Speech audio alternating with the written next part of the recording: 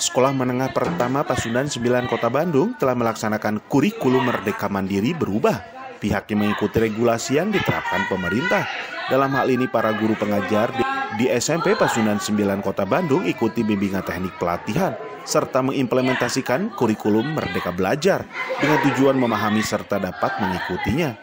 Kepala Sekolah SMP Pasundan 9, Aneng Sariningsi berharap dengan kurikulum Merdeka siswa-siswi bisa lebih berprestasi dan guru pengajar agar dapat memahaminya.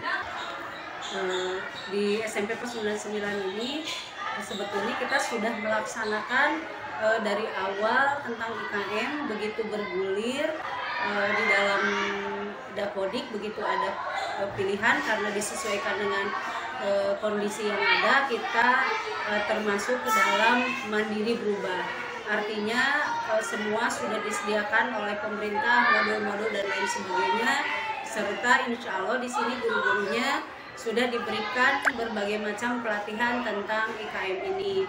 Dan untuk pelaksanaannya kita sesuaikan dengan kondisi sekolah yang ada dengan cara menyediakan berbagai fasilitas, terutama di dalam pembelajaran kita menekankan kepada profil pelajar Pancasila. Untuk persiapan-persiapannya yang tadi saya sudah sampaikan, satu, guru-gurunya harus diberi pelatihan pemahaman apa itu IKM, siswanya juga, dan sedikit demi sedikit sarana dan prasarana kita sediakan karena kebetulan kita tidak bisa mandiri secara total seperti untuk sekolah-sekolah yang lain yang mendapatkan lolos kinerja.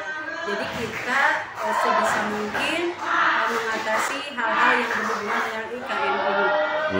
Implementasi kurikulum Merdeka atau IKM di sekolah kami, itu kami mendukung sekali program tersebut yang dicanangkan oleh pemerintah. Kami sesuaikan dengan kondisi kebutuhan siswa kami.